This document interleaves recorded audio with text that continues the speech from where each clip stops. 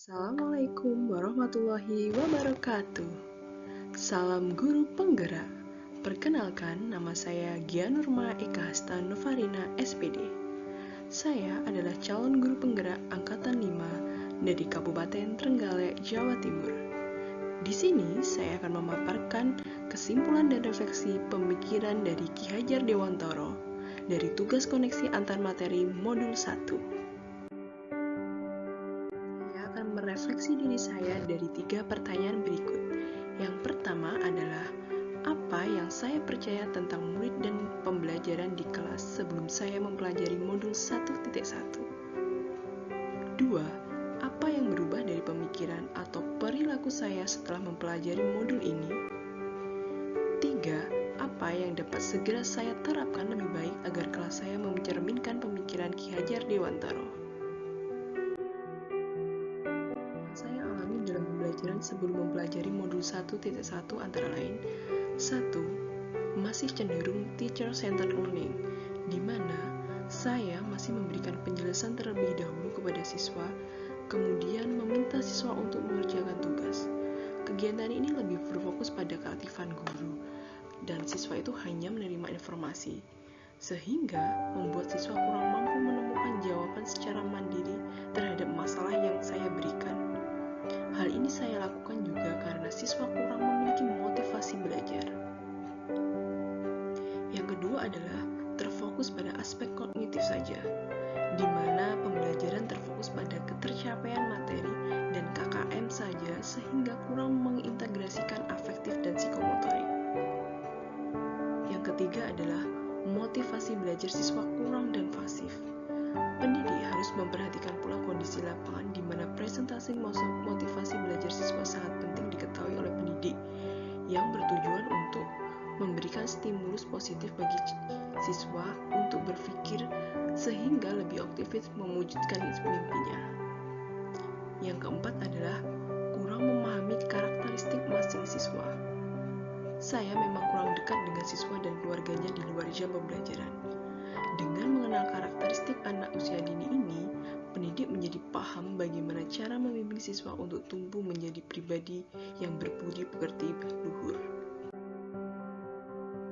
Terdapat perubahan dari pemikiran atau perilaku yang saya pelajari dari modul ini, yaitu yang pertama, menerapkan sistem AMONG atau pendidikan yang menuntun bukan lagi menuntut. Dari sistem AMONG ini, guru seperti pembimbing serta fasilitator bagi anak untuk memberikan arahan melakukan perilaku positif dalam kehidupan sehari-hari. Yang kedua adalah student-centered learning. Dalam kegiatan ini, siswa menjadi subjek dalam pembelajaran, sehingga kualitas belajar dapat meningkat secara efektif. Siswa mampu mengembangkan berpikir kritis dan kreativitasnya untuk menghasilkan produk sesuai targetnya. Yang ketiga adalah mengembangkan minat, bakat, dan kreativitas sesuai kodrat anak. Setiap anak memiliki minat dan bakat yang berbeda, yakni belum bahkan telah tertanam dalam dirinya, sehingga pendidik hendaknya mengembangkan minat dan bakat tersebut dengan memberikan kesempatan pada siswa untuk mengikuti lomba, sehingga bakatnya dapat dikembangkan. Yang keempat adalah menghargai setiap karakteristik siswa. Karakteristik setiap anak itu berbeda-beda. Guru perlu memahami karakteristik awal peserta didik, sehingga dia dengan mudah mampu mengelola segala sesuatu yang berkaitan dengan pembelajaran, termasuk dalam pemilihan strategi pembelajaran sehingga tujuan pembelajaran dapat tercapai. Yang kelima adalah implementasi Ingarso Suntulodo ing Madya Mangunkarsa Tuturi Handaryani. Seorang guru dari depan harus bisa menjadi teladan atau contoh yang baik. Dari tengah harus bisa menciptakan ide atau prakarsa yang baik, dan dari belakang seorang guru harus bisa memberi arahan kepada peserta didik. Pembelajaran di kelas menerapkan pemikiran Ki Hajar Dewantara, lebih baik saya akan melakukan sebuah perubahan. Di antaranya adalah 1. Penerapan konsep merdeka belajar dan mengintegrasikan setiap pembelajaran dengan pencapaian profil pelajar Pancasila.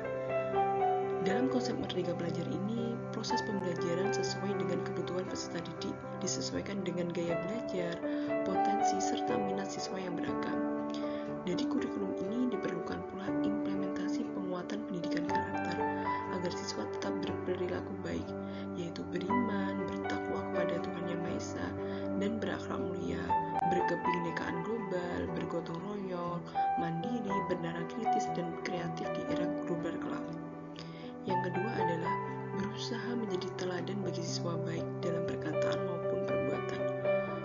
sebagai seorang guru harus memberikan tutur kata dan tindakan yang baik di lingkungan atau di luar sekolah yang bertujuan agar siswa menemukan hal-hal positif dan mengikutinya. Yang ketiga adalah menerapkan pembelajaran berbasis kearifan lokal dan budaya. Kegiatan ini bertujuan untuk meningkatkan pengetahuan dan pemahaman peserta didik serta sebagai media untuk penanaman rasa cinta terhadap kearifan lokal di daerahnya. Yang keempat adalah memfasilitasi siswa dalam mengembangkan potensi dan kreativitasnya sesuai bakat dan minatnya. Tindakan ini dapat dilakukan dengan memberikan sumber informasi dari media cetak, visual, audio, dan audiovisual, sehingga kompetensinya akan diketahui oleh pendidik.